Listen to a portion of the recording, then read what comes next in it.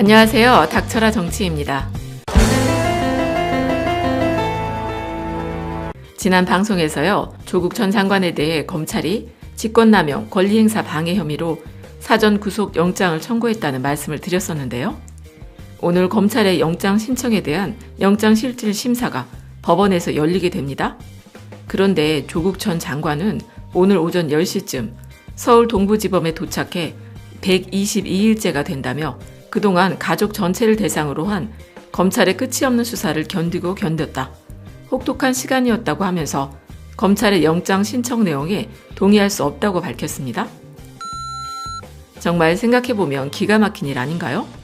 윤석열 총장이 뭐라고 했나요? 수사권 가지고 복수하면 그게 깡패지 검사입니까? 라고 말했던 윤석열 총장이 이렇게까지 명분 없는 수사를 이어갈지는 상상도 못했던 일이죠. 더구나 조국 전 법무부 장관은 공수처 설치와 사법개혁을 누구보다 원했던 사람이고요.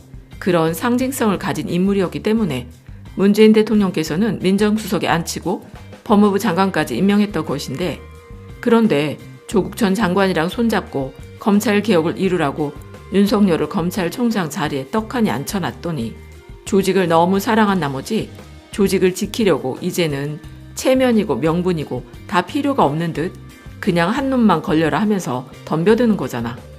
그래도 다행스러운 게 있다면 지금까지 검찰개혁이 힘을 받지 못했던 이유가 뭐였는지 생각을 좀 해보면, 노무현 전 대통령께서 강금실 장관을 법무부 수장으로 앉히며 검찰개혁을 위해서 의욕적인 모습을 보이셨을 땐 국민들 마음속에는 검찰보다 경찰이 더 문제가 아닌가?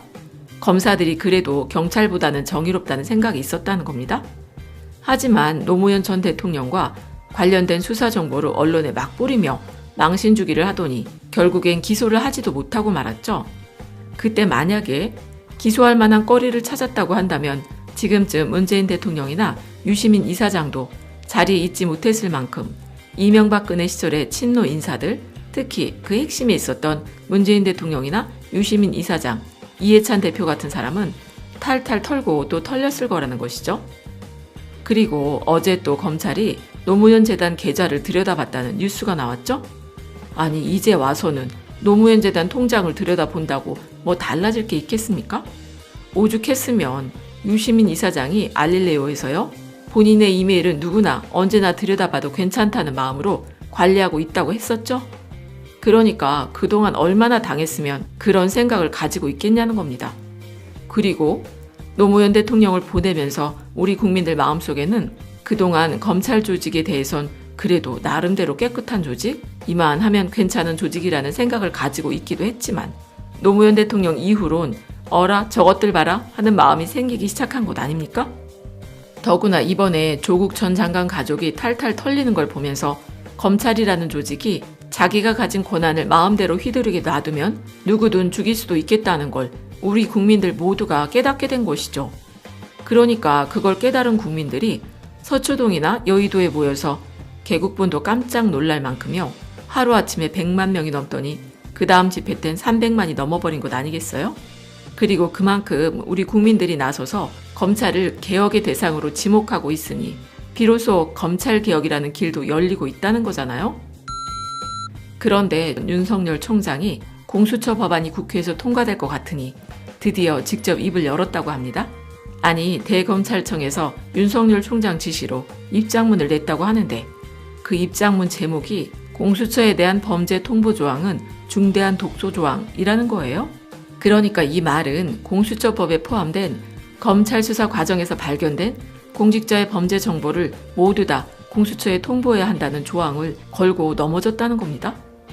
그러면서 또 공수처는 단일한 반부패 기구일 뿐 검경의 고위공직자 수사 컨트롤 타워나 상급기관이 아니라면서 검경 수사 착수 단계부터 공수처가 그 내용을 통보받는 건 정부 조직 체계 원리에 맞지 않다며 비판한다는 겁니다. 그러니까 공수처에서는 검경의 수사 착수 내용을 통보받아야 할 이유가 없다는 건데, 공수처나 검찰과 경찰은 각자의 헌법과 법률의 테두리 안에서 각각의 역할을 수행하면 된다며 수사 착수 때부터 검경이 공수처에 사전 보고를 하면은 공수처가 입맛에 맞는 사건을 넘겨받아서 자체 수사를 개시해 과잉 수사를 하거나 반대로 검찰과 경찰의 자체 수사에 맡기고 싶지 않은 사건은 가로채 가서 문개기식으로 부실 수사를 할 수 있다고 반대한다는 겁니다. 아니, 그걸 그렇게 잘 알고 있으면서 왜 자기들은 지금껏 그랬냐는 것이죠. 고래고기 사건을 가져가서는 자기들 맘대로 돌려주지를 않나.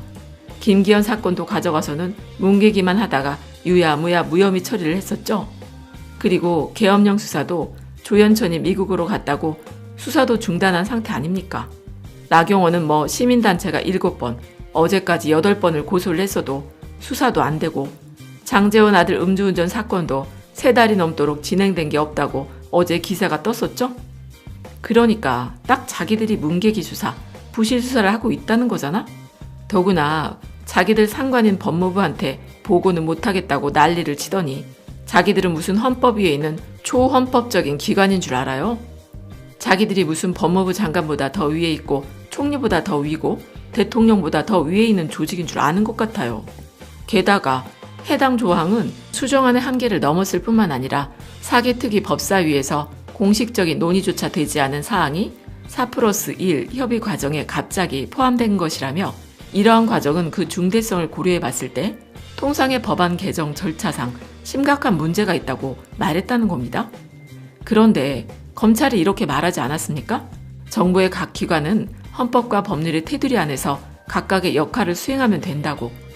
그러니까 국회는 국회의원 개인이 헌법기관이잖아?